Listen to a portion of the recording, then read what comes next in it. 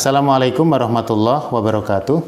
Alhamdulillah wassalatu wassalamu ala Rasulillah wa ala alihi wa ashabihi wa man walah. Wala haula wala quwata illa billah. Kaum muslimin dan muslimat yang dimuliakan Allah Subhanahu wa taala dimanapun berada. Momentum perpindahan tahun Hijriah atau tahun baru Hijriah selalu dihubungkan dengan satu peristiwa besar di masa Rasulullah Sallallahu Alaihi Wasallam, yaitu peristiwa hijrahnya beliau Nabi Sallallahu Alaihi Wasallam dari Makkah ke Madinah.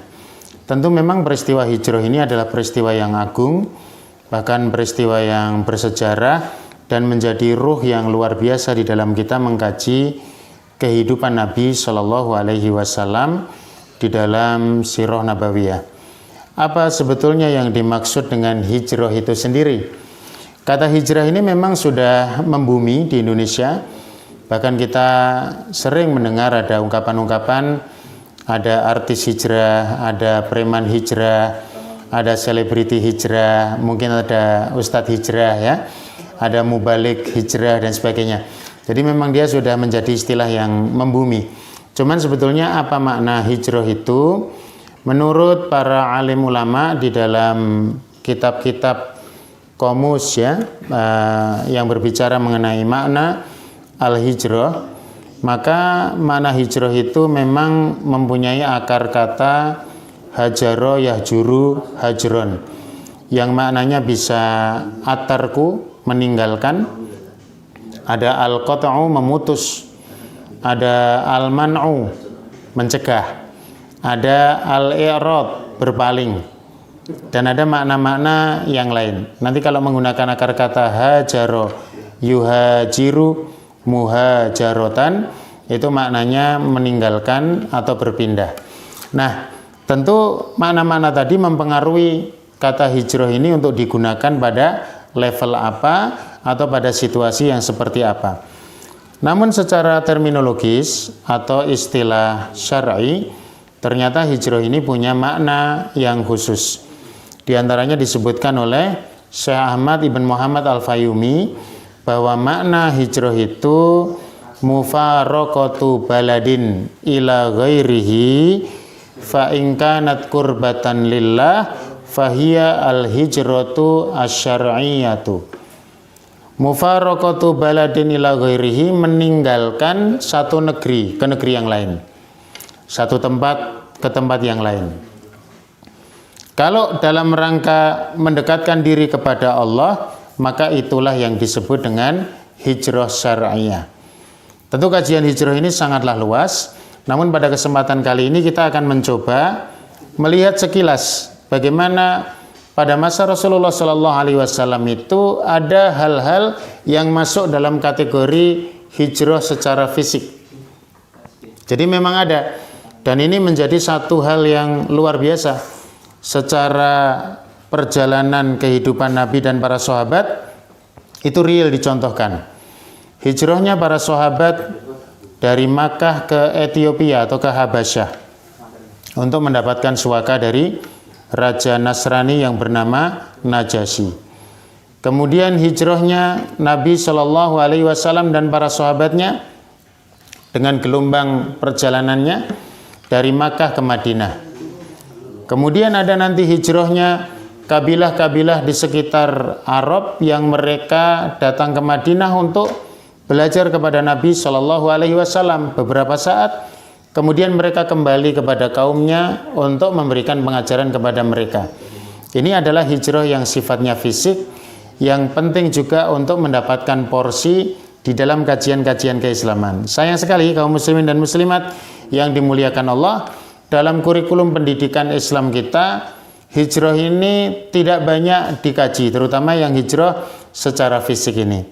Meskipun kita juga ada kajian-kajian yang menyebut bahwa hijrah secara non-fisik atau hijrah secara maknawi, tidak berhijrah secara fisik ya, diri tidak ikut berhijrah, jasmaninya tidak ikut berhijrah, atau hijrah secara psikisnya, niatnya dan sebagainya, itu juga ada referensinya di dalam syariat Islam.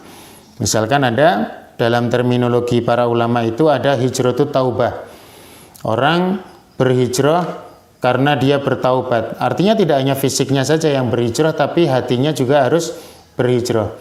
Kita ingat dalam satu hadis yang panjang disebut oleh Imam Nawawi di dalam Riyadhus Shalihin tentang seorang yang membunuh 99 orang.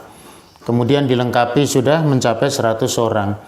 Dan dia pengen bertobat, ternyata jalan tobatnya selain betul-betul hatinya memang bertobat, maka dia harus hijrah meninggalkan tempat tinggalnya yang lama untuk menuju kepada tempat tinggal yang baru.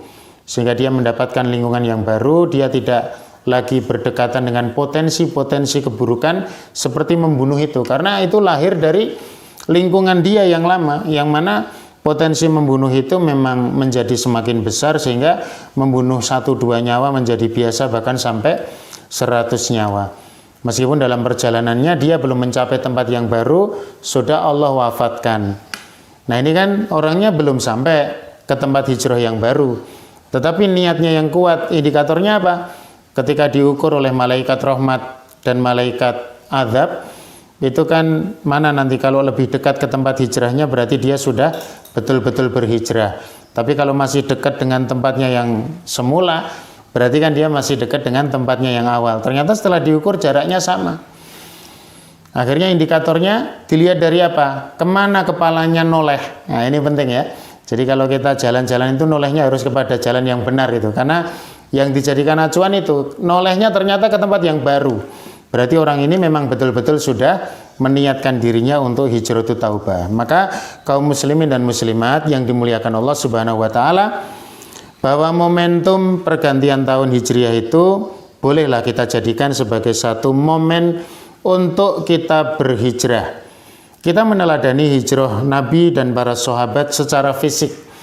Karena kita paham betul hijrah secara fisik itu tidak akan terjadi kalau tidak ada niatan yang kuat. Meskipun bisa jadi orang berhijrah fisiknya tapi non fisiknya belum berhijrah.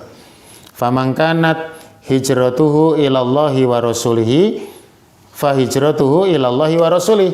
Kalau memang niat hijrahnya karena Allah dan Rasulnya, maka dia mendapatkan pahala itu. Tapi ada juga orang berhijrah wa man kanat hijratuhu lidunya yusibuha. Hijrahnya itu karena dunia, yang dia ingin mendapatkan dunia itu.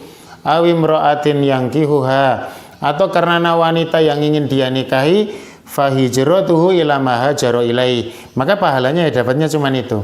Maka kita penting untuk bermuhasabah ini, kita coba kuatkan diri kita untuk secara non fisik betul-betul kita hijrah.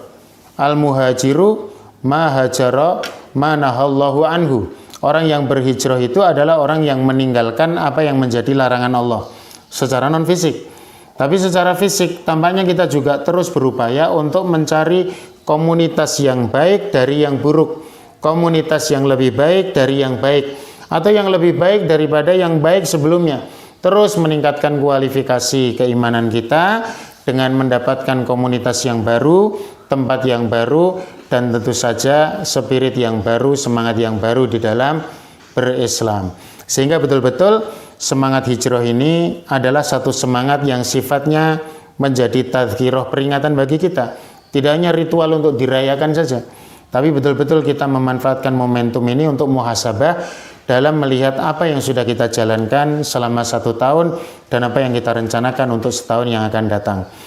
Selamat tahun baru Hijriah, semoga menjadi muslim yang lebih baik, semoga bermanfaat. Assalamualaikum warahmatullahi wabarakatuh.